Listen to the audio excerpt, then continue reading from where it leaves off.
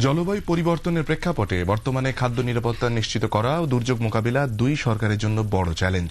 এই চ্যালেঞ্জ মোকাবিলা করে জনগণের খাদ্য নিরাপত্তা নিশ্চিত করা ও দুর্যোগের ক্ষয়ক্ষতিকে সহনীয় পর্যায়ে কমিয়ে আনার লক্ষ্যে মহাজোট সরকারের নেতৃত্বে খাদ্য ও দুর্যোগ ব্যবস্থাপনা মন্ত্রণালয় নিরলসভাবে কাজ করে যাচ্ছে।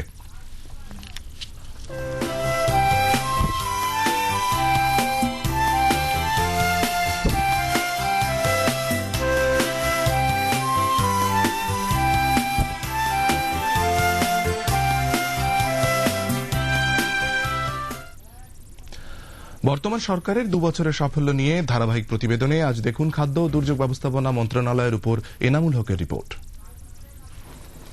খাদ্যশস্য বিশেষত চাল ও গমের বাজার স্থিতিশীল রাখতে বর্তমান সরকার বিগত 2 বছরে বেশ কয়েকবার খোলা বাজারে চাল বিক্রি বা ওএমএস কর্মসূচি বাস্তবায়ন করে, যা এখনো চালু রয়েছে। এই কর্মসূচির আওতায় প্রতি কেজি 24 টাকা দরে প্রতিদিন একজন সর্বোচ্চ 5 কেজি করে চাল কিনতে পারছেন। এর পাশাপাশি স্বল্প আয়ের জনগোষ্ঠীকে খাদ্য সহায়তা দেওয়ার জন্য বর্তমান সরকার নতুন কর্মসূচি হিসেবে ফেয়ার প্রাইস কার্ড প্রথা চালু করেছে। স্থানীয় জনপ্রতিনিধি ও গণ্যমান্য ব্যক্তিবর্গের সহায়তায় একটি নীতিমালার আওতায় স্বল্প আয়ের লোকদের তালিকা করে এই কার্ড প্রদান করা হয়েছে। সারা দেশে এ পর্যন্ত 11,18,211টি কার্ড বিতরণ করা হয়েছে। কার্ডধারী একটি পরিবার সরকার নির্ধারিত মূল্যে মাসে 20 কেজি করে চাল পাচ্ছেন।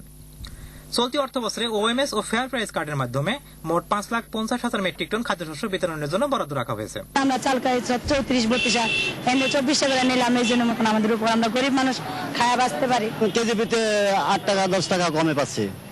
ওএমএস ও ফেয়ার প্রাইস কার্ডের মাধ্যমে খাদ্যশস্য বিতরণ করায় দরিদ্র জনগোষ্ঠী খাদ্যশস্যের উচ্চ মূল্যজনিত চাপ থেকে রক্ষা পেয়েছে। একই সাথে খাদ্যশস্যের বাজার মূল্য স্থিতিশীল রাখতেও এই কর্মসূচি উল্লেখযোগ্য ভূমিকা পালন করছে।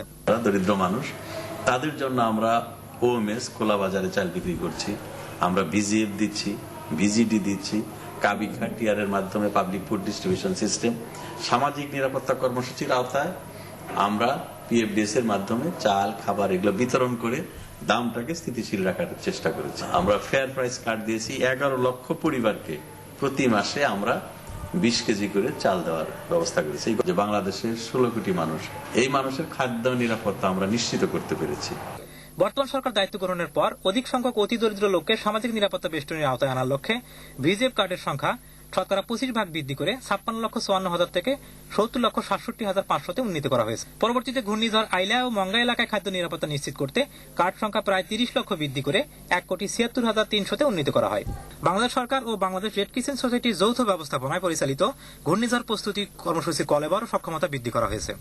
বিভিন্ন ঘূর্ণিঝড়ের সময় স্থানীয় জনগণকে সতর্ক করা এবং প্রয়োজনীয় মুহূর্তে আশ্রয় কেন্দ্রে নিয়ে আসার জন্য দেশের উপকূলীয় এলাকায় 11টি জেলার 32টি উপজেলায় 42,675 জন স্বেচ্ছাসেবক কাজ করে যাচ্ছে। বর্তমান সরকার খুলনা এবং সাতক্ষীরা জেলাকে কর্মসূচির আওতায় এনেছে এবং নতুন 5,000 স্বেচ্ছাসেবক নির্বাচন করে প্রশিক্ষণ প্রদান করা হয়েছে। আমরা প্রস্তুতিটা বাড়াবো যাতে ক্ষয়ক্ষতি কমিয়ে নিয়ে আসা যায়। তার জন্য অব্যাহতভাবে কিন্তু দুর্যোগ ব্যবস্থাপনার উপর আমরা কাজ করছি।